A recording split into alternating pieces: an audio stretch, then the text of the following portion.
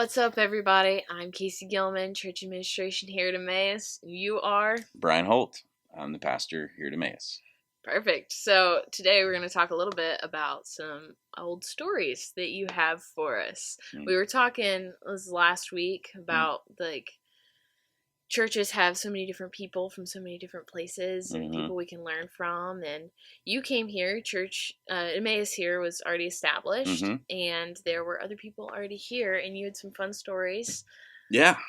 So you want to share some of those stories with us? Yeah. So one of the things that I think is cool about the church in general, is the generational overlap. Right. Right. So you meet people at a certain stage in their life, and then you can make assumptions about them, or you can and then as you get to know people, you actually learn kind of who they are. Right. And I think that's just really cool. I actually got to go to a funeral this past weekend, and it was for my first pastor as a kid, and it was for his wife. I'm sorry. Right.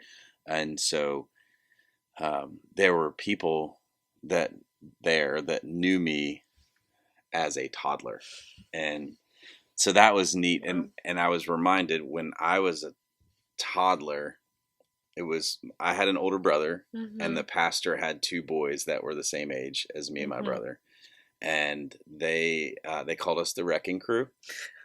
And oh boy. They were telling stories at one point during a service. It was an old grocery store that we met in, and so it was a flat roof, and they were in a prayer service, and all of a sudden they hear footsteps on the roof of the building, and the Wrecking Crew was on the roof. Anyway, all that to say, you see people at different times in their life. Right. And one of the people that I wanted to kind of share some stories about was this man named Curtis Wilson. And Curtis I met when he was in his 80s. And he was kind of a, small, kind of a frail looking guy. And, he was thin and very mild mannered. Right. Kind of just a kind of always wore a suit.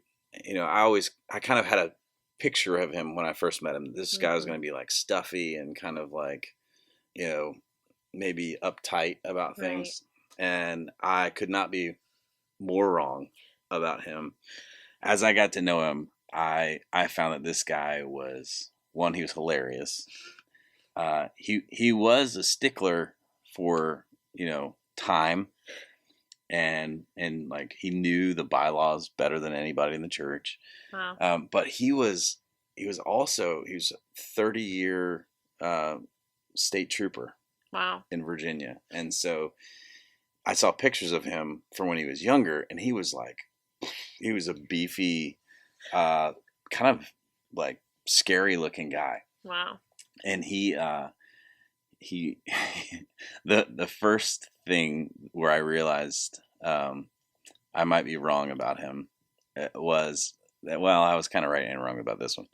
At my ordination, when I first became the pastor here, they had a kind of a reception downstairs. Right. And I went to get a piece of cake. They had this nice cake. Welcome, Pastor Bryan. It said on it. And he was getting cake too. And he said, "Has anybody told you that you preach too long yet?" And I said, "Nope." And he said, "Well, they should." So that was kind of my first thought. And I was like, oh no, this guy's going to hate me. And then he, also because he wore suits every Sunday, right. I was thinking he's not going to like how I dress, because I started dressing more casually. No way. No, yeah, believe it or not. And so actually it wasn't long till I found out. One, his wife dressed him. So that's amazing. She picked out his clothes and put him out on Saturday night, and that's what he put on Sunday morning. And then the second thing he said to me one time, he said, "You know what? You wear to church what you want to wear to church, and I'll wear to church what I want to wear to church." And he didn't care. Yeah. He didn't seem to mind at all. That's awesome. And he also he used to tell lots of stories. He was a carpenter as well. His wife, she was hilarious. She was he had a wood shop, and it was a mess. And there were stairs going down into it was basically their garage. And when he couldn't find something, she would come in and on the landing and look around and go, Curtis, it's over there. You know, they had this kind of like Danville, Southern Virginia draw. Right. And if she wanted a piece of furniture, what she would do is she would find it in like an Ethan Allen catalog. And he made amazing furniture. Mm-hmm. And she would say, I think I'd like something like that. Mm-hmm. Well, he'd take that and he'd kind of sit on it. And then she would say, I think I'm going to order it. And then he would make it. She knew how to just get him to she knew how to make it. How to get things done. And my favorite quote of his was when I first went to meet with them to kind of get their story and right. and I was asking them about how they met and all this stuff and mm-hmm. and he said, I chased her until she caught me.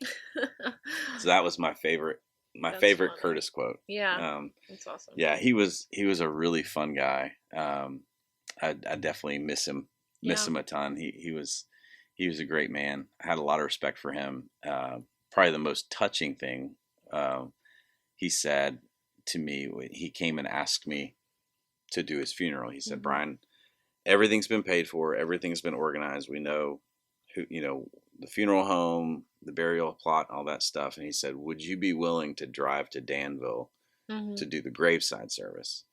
And I said, Curtis, I would drive to California to do the graveside. And tear started coming down his eye. And he was one of those guys that I'll never forget. Yeah. And, I just think about him, when you read in Hebrews 12, since we're surrounded by such a great cloud of witnesses, he's one of the cloud of witnesses that's gone before us. Right. So I think there's one other story about it. I just remembered one more. Before I got here, mm-hmm. They used to do, we've always done communion every week. Somebody brought in some real communion wine for the service. And so it was like real wine. Right. And Curtis was a teetotaler. He's Southern Virginia, Danville Baptist, Yep. And so he went through and had communion, and he came up to Bill, the pastor, and he said, Bill, no drop of alcohol has ever touched these lips. And if I become an alcoholic because of this, it's on you. That's fantastic. So, yeah, I always wondered if he ever took NyQuil. Yeah. Because that's got alcohol in it. Really? Yeah. So. I don't think I've ever had NyQuil. Yeah. It's one of those things where people don't always understand. But anyway, I just thought that was the funniest thing. That was Curtis. He was a great man. He also told me once I was visiting him in the hospital, and he said something funny or ridiculous, and he said, Bryan, I've discovered I've reached the age where I can say anything I want to. He can say whatever he wants, right. Whenever he wants. And nobody says anything. Nobody's going to say anything. Yeah. I think it might have been that same conversation. He said, I've realized I'm going to die, and there's nothing I can do about it. Wow. That was pretty awesome. Yeah. That was Curtis. Mm. Yeah. So sounds like a pretty cool guy. Yeah. Yeah. So awesome. It's cool to kind of know the people whose shoulders we stand on, if right. you will, that have gone before us, and kind of an example for us to follow of faithfulness. And he and his wife were married for 50 some years, I think. 60. Yeah. Maybe 60 years. Wow. It was a long time. It's a long time. I want to say 67. That sounds right. Wow. But yeah. That's crazy. They're phenomenal. Yeah, sounds like it. Mm-hmm. Well, thanks for sharing. Yeah. Hope you enjoyed. All right. See you next time.